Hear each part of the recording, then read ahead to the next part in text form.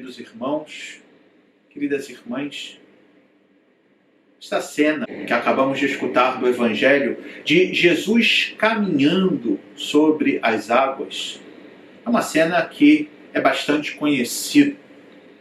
E o interessante desta cena, sem sombra de dúvidas, é a prova de fé que Pedro enfrenta.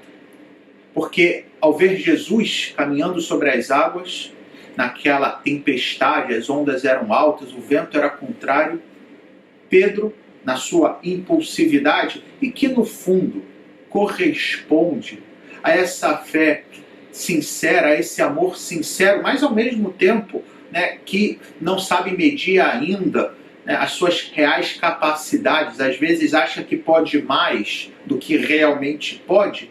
E Pedro então diz: Senhor, que eu vá com você.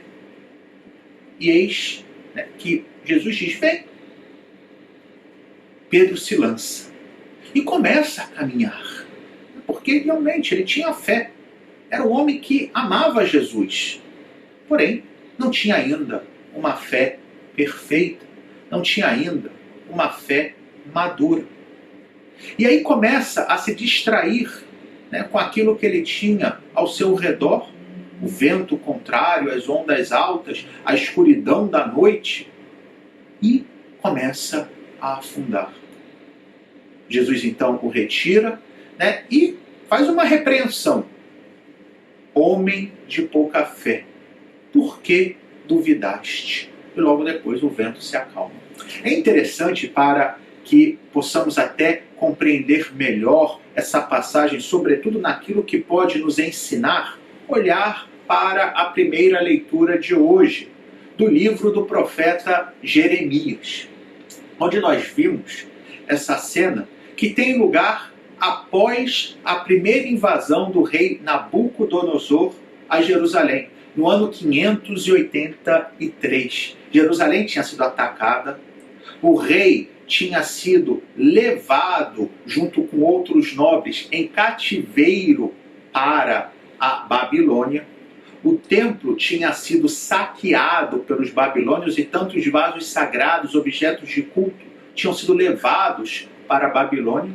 E Nabucodonosor tinha deixado um rei que era, no fundo, um vassalo seu, para que administrasse Jerusalém, mas que, no fundo, ninguém aceitava. E eis então que o profeta Jeremias, nesse período, estava caminhando pela cidade, sempre levando consigo um jugo, como esse que os bois levam no pescoço, de madeira, sinalizando essa submissão que o povo, pela sua infidelidade, por não ter escutado a voz do Senhor, que Jeremias tantas vezes tinha exortado, e agora estava submetido à Babilônia. E eis que se apresenta esse profeta, esse autoproclamado profeta Sedecias, e começa a anunciar para o deleite da população de Jerusalém que Deus ia resolver todos aqueles problemas, que o jugo da Babilônia seria quebrado, ou seja, que Jerusalém seria libertada, que o verdadeiro rei voltaria, que os vasos do templo roubados seriam restituídos. Obviamente era uma profecia maravilhosa que todo mundo ficou feliz em escutar. Só tinha um problema: não era verdadeira. E eis que o profeta Jeremias repreende Ananias, até com uma certa ironia, e fala: olha, que bom, que Deus te escute. Porém, atenção, não é assim. Porque os profetas sempre profetizam as dificuldades, justamente para exortar o povo à conversão. Quando o profeta profetiza a paz, vamos esperar para ver se realmente isso acontece. E o Ananias fica com raiva, pega esse jugo de madeira que Jeremias estava levando como sinal profético dessa submissão à Babilônia, quebra e diz: não, vocês vão ver, porque da mesma maneira que eu quebrei esse jugo de madeira do pescoço de Jeremias, Deus vai quebrar o jugo da Babilônia. E aí Jeremias novamente diz: olha, atenção, não é assim. E Deus depois envia a palavra justamente para mostrar que não suportava, isso obviamente na linguagem da Bíblia, que às vezes coloca em Deus sentimentos humanos, mas é para que nós possamos entender o absurdo da situação, e diz, olha, não suporto mentirosos, pessoas que profetizam no meu nome dizendo mentiras, e de fato o profeta lá, Ananias, acaba morrendo. Por que eu disse que as duas leituras, essa primeira leitura e o Evangelho, estão relacionados? Porque ambas falam de confiar na palavra de Deus. Na primeira leitura, de forma explícita.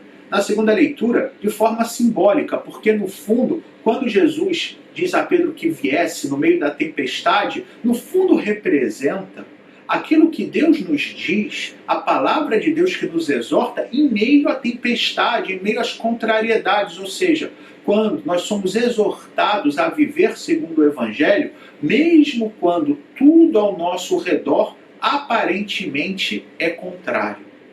E aqui atenção, também nós, como os antigos judeus, podemos ser tentados por falsos profetas, por homens que se apresentam como a voz de Deus, como representantes de alguma forma da palavra de Deus, e que, longe de anunciar a verdade, o que fazem é falar para auditório, é querer agraciar o seu público, é dizer o que os ouvidos querem escutar, porém não a verdade de Deus. Em ambos os casos, os verdadeiros anunciadores da palavra de Deus e os falsos profetas exigem um ato de fé. Porém, atenção, qual é o critério para que saibamos quando é a verdade? O verdadeiro profeta, o verdadeiro ministro de Deus, que está no meio da tempestade, diz, tenha fé, vem comigo, vamos juntos. E nós, quando nos lançamos, vemos que muitas vezes a tempestade não acaba. E também, como Pedro, começamos a afundar, começamos a ver as nossas dificuldades. E o que faz o verdadeiro profeta? Como Jesus, nos tira do meio das ondas, nos acompanha, não nos abandona. Falso profeta, queridos irmãos, queridas irmãs, essas propostas fáceis que nos dizem, vem comigo, e a gente se lança. E aí a gente percebe que a tempestade continua, porque vai continuar. E aí, quando começamos a afundar, percebendo que tudo era uma mentira, o que faz o falso profeta? Nos abandona, não nos acompanha. E aqui está, queridos irmãos, a reflexão para hoje. Que possamos discernir o que é que nós escutamos, o que é que queremos escutar, e aquilo que Deus verdadeiramente nos diz, que é sempre uma palavra sim exigente, mas é a única palavra que nos salva. É a única palavra que é capaz de acalmar as tempestades, mas depois que eu faço o meu salto da fé. Mesmo que esse salto da fé não seja perfeito, mesmo que eu me afunde um pouco, mas temos a certeza que quando eu me lanço, o Senhor sempre estará ali ao meu lado para me retirar das ondas. E que possamos assim, queridos irmãos, queridas irmãs, fazer como aqueles homens que estavam no barco, que após ver o que Jesus fizera, se prostraram em ato de adoração, como convém a um homem diante de Deus, que nós possamos também nos prostrar. Literalmente, se podemos visitar uma igreja diante do Santíssimo Sacramento, mas nas nossas próprias casas, fazendo uma oração profunda de agradecimento e pedindo a Jesus que aumente a nossa fé. Louvado seja nosso Senhor Jesus Cristo, para sempre seja louvado.